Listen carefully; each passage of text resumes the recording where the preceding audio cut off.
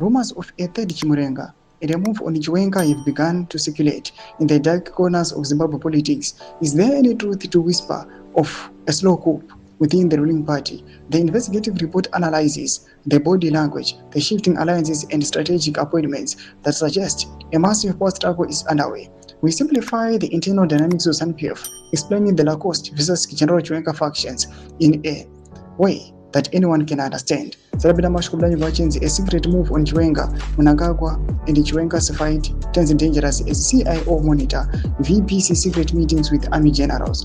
Subscribe or like on the bell. Why was there a move to check Vice President Chiwenga's influence, and how does the recent donation to MPs fit into his power play? We look at the historical context of Zimbabwean coups and ask if history is about to repeat itself.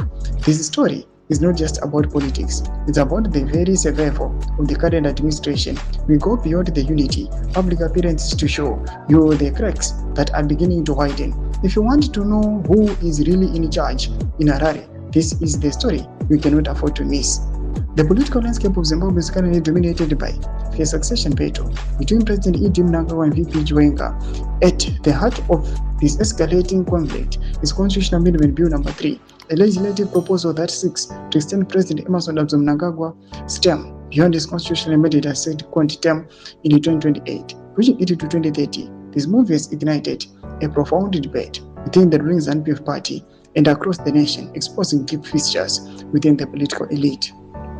VP Chiwenga has emerged as a vocal opponent of CAP 3, framing his resistance around the core principles of the liberation struggle. He has embarked on a renewed narrative, framing campaign asserting that the reason people fought for Zimbabwe's independence was primarily for land and the sacred principle of one man, one vote.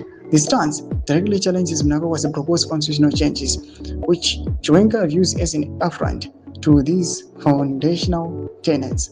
The Vice President insisted that any amendments to presidential term limits must be subjected to a national referendum, a demand that has been hotly contested within ZANU-PF circles.